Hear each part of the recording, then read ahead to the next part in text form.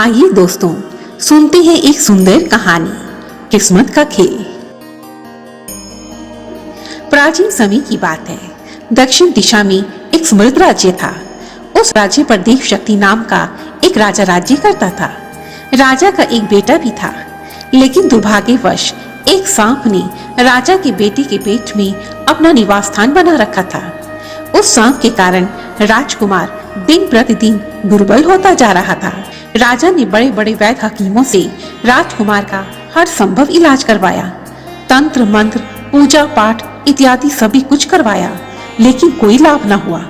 अनेक वैद्यों की चिकित्सा से निराश होकर राजा ने जब हार मान ली, तो राजकुमार भी निराश होकर एक दिन चुपचाप राजमहल से बाहर निकल गया और चलते चलते किसी दूसरे देश में पहुंच गया। उस दूसरे देश में वह भीख मांगकर अपना पेट भरता, अपनी भूख शांत करता और एक देवालय में जाकर सो जाता था। उस देश के राजा का नाम था बालीदत्त। बालीदत्त की दो बेटियां थीं। दोनों राजकुमारियां अत्यंत रूपवान और शालीन युवतियां थीं। प्रतिदिन सुबह सुबह दोनों राजकुमारियां अपने पिता के चरण स्पर्श करती थी। बड़ी राजकुमारी का नाम था रुक्मणी। रुक्मणी जब भी राजा के चरण स्पर्श करती तो कहती, महाराज की जय हो, महाराज की जय हो। मैं आपकी आभारी हूँ, क्योंकि आप ही की कृपा से मुझे संसार के सभी सुख प्राप्त होते हैं। राजकुमारी की बात सुनकर राजा बहुत प्रसन्न हो जाता था, लेकिन इसके विपरीत छोटी राजकुमारी पद्मिनी जब भी राजा के चरण स्पर्श करती, वह बिल्कुल खामोश रहती। एक दिन राजा बालीदत्त ने पद्मिनी से पूछा, बेटी, तुम प्रणाम करते समय सदा चुप क्यों रहती है? पिताश्री, राजकुमारी ने नजर झुकाते हुए लज्जा भाव में उत्तर दिया, मैं उस ईश्वर को मन ही मन धन्यवाद कहती हूँ, जिनकी कृपा से आप राजा हैं और मैं राजकुमारी हूँ। यदि ईश्वर की हम पर कृपा ना होती तो हम भी कहीं मजदूरी कर रहे होते। राजकुमारी की बात सुनते ही राजा गुस्से में आग बबूला हो गया और बोला, सुनो पुत्री, यह राज्य हमने ईश्वर की कृपा से नहीं बल्कि अपनी योग्यता से प्राप्त किया है। इसको बनाए रखने में मेरा पुरुषार्थ काम कर रहा है, ईश्वर की कृपा नहीं काम कर रही। पिताजी, पुरुषार्थ भी भाग्य के प्रभाव से ही फल प्रदान करता है और भाग्य का निर्धारण मनुष्य के अच्छे बुरे कर्मों के द्वारा ही होता है। यदि ईश्वर की कृपा ना हो और कर्म फल सशक्त ना हो तो पुरुषार्थ भी निष्फल हो जाता है। राजकुमारी की बात सुनकर राजा बहुत क्रोधित हो गया और कहने लगा, अच्छी बात है, इसकी भी परीक्षा हो जाएगी। और राजा ने अपने राज्य के कर्मचारियों को ये आदेश दिया, इस कटुभाषणी कन्या को फौरन राजमहल से बाहर निकाल दो और इसका विवाह किसी भिखमंगे से करवा दो। तब देखता हूँ ईश्वर इसके ऊपर कैसे कृपा करते हैं। तब राजा के सैनिकों ने राजा की आज्ञा से राजकुमारी के लिए किसी भिखमंगे की तलाश करनी शुरू कर दी और एक दिन उन्हें एक देवालय में वही भिक्षुक राजकुमार मिल गया और राजा ने उसी के साथ राजकुमारी का विवाह तय कर दिया। यह देखकर बड़ी राजकुमारी रुक्मणी ने मजाक उड़ाते हुए कहा, व्यर्थ की बातें करके तुमने पिताजी को क्रोधित किया है, अभी भी समय है, तुम पिताजी से क्षमा मांग लो। क्या तुम्हें इतना भी नहीं पता कि किसी शक्तिशाली या अपने किसी गुरुजन की भावनाओं को चोट पहुंचाना उचित नहीं है?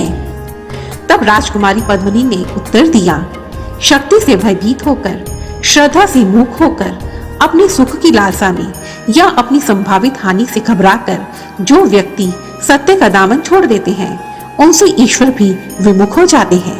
गुरुजनों के प्रति श्रद्धा और विनम्रता का अर्थ यह नहीं है कि उनके अहंकार, उनकी अज्ञानता और उनकी अविवेक का भी समर्थन किया जाए। मेरे भाग्य में यदि भीख मांगना ही लिखा है तो मुझे मंजूर है। पद्मिनी का उत्तर सुनकर रुक्मणी कुढ़कर चुप हो गई और पद्मिनी का विवाह उसी राजकुमार भिक्षु के साथ हो गया। विदा करते समय रानी ने उसे 2-4 सेवक तथा कुछ धन उसे दे दिया। राजकुमारी पद्मिनी प्रसन्नता से अपने पति के साथ दूसरे राज्य की ओर चल पड़ी। रास्ते में एक जलाशय आया। उसके तट पर एक विशाल वट वृक्ष था। राजकुमारी ने पति को वहीं विश्राम करने के लिए कहा और सेवकों को भोजन बनाने के लिए कहा। उसके पश्चात वह स्नान करने चली गई। राजकुमारी जब स्नान करके वापस आई तो देखा उसका पति गहरी नींद में सो रहा था। सेवक कुछ दूरी पर भोजन बना रहे थे। तभी राजकुमारी ने देखा कि राजकुमार के मुख से एक सांप अपना फन बाहर निकाले ताजी हवा का आनंद ले रहा था और पास ही में एक बिल से एक दूसरा भयानक सांप फन बाहर निकाले घूम रहा था। दोनों सांप क्रोधित भाव से एक दूसरे को देखते हुए बहस कर रहे थे। बिल वाला सांप कह रहा था, अरे दुष्ट, तो इस सुंदर राजकुमार का जीवन क्यों नष्ट कर रहा है? तब मुख वाला सांप बोला, तूने भी अपने बिल के अंदर छिपे खजाने को दूषित कर रखा है। मैंने तो तुझे कुछ नहीं कहा। तब बिल वाले सांप ने कहा, मुझे तो महाराजा भोज को अपने पूर्वजों द्वारा दिया गया वचन निभाना है। इस खजाने की रक्षा करना मेरा परम कर्तव्य है। तब मुख वाला सांप बोला, अरे तू क्या रक्षा करेगा? कोई व्यक्ति यदि तेरे बिल में मात्र 2 बाल्टी गर्म खौलता हुआ पानी डाल दे तो तू तो तभी मर जाएगा और खजाना उस व्यक्ति को मिल जाएगा। इस रहस्य को कोई नहीं जानता, इसी कारण तू अभी तक जीवित है। तब बिल वाला सांप बोला, तू भी तो इसी कारण जीवित है। हे मूर्ख, तेरा रहस्य कोई नहीं जानता, लेकिन जिस दिन किसी को मालूम हो गया कि यदि पुरानी कांजी और राई का काढ़ा बनाकर इस राजकुमार को गरम गरम पिला दिया जाए तो तू तो उसी क्षण मर जाएगा और तेरी सारी दुष्टता भी समाप्त हो जाएगी। राजकुमारी ने जब दोनों सांपों की ये बातें सुनी तो वह आश्चर्यचकित हो गई कि उसका पति कोई भिक्षुक नहीं बल्कि किसी देश का राजकुमार है। उसने एक सेवक को गांव भेजकर पुरानी कांजी और राई मंगवाई और उसका काढ़ा बनाकर राजकुमार को पिला दिया। इसके पश्चात उसने एक बड़े पतीले में पानी उबाला और खौलता हुआ पानी उस बिल में डाल दिया। दोनों सांप तड़पते हुए बाहर निकले और मर गए। राजकुमारी ने उस बिल की खुदाई करवाई तो वहां इतना सारा खजाना और हीरे जवाहरात निकले जिससे कि 10 राज्यों को वैभवशाली बनाया जा सकता था। तभी राजकुमार ने उस जगह को पहचानते हुए कहा कि उसका राज्य पास में ही है। तब राजकुमारी ने एक सेवक को राजा के पास भेजकर संदेशा भिजवाया। संदेशा मिलते ही राजा भागा भागा वहां आया और अपने बेटे और पुत्र वधू को साथ लेकर चला गया। उधर राजा बालीदत्त को भी जब यह समाचार मिला तो वह बहुत लज्जित हुआ और अपनी पुत्री से क्षमा मांगने पहुंचा। तब राजकुमारी ने पिता को क्षमा करते हुए कहा, पिताजी, मेरे भाग्य में इतने बड़े राज्य की रानी बनना लिखा था, इसीलिए मेरा भाग्य मुझे जंगल से खींचकर यहाँ तक ले आया, क्योंकि होता तो वही है जो कि भाग्य में लिखा होता है और भाग्य का लिखा कोई नहीं टाल सकता। धन्यवाद।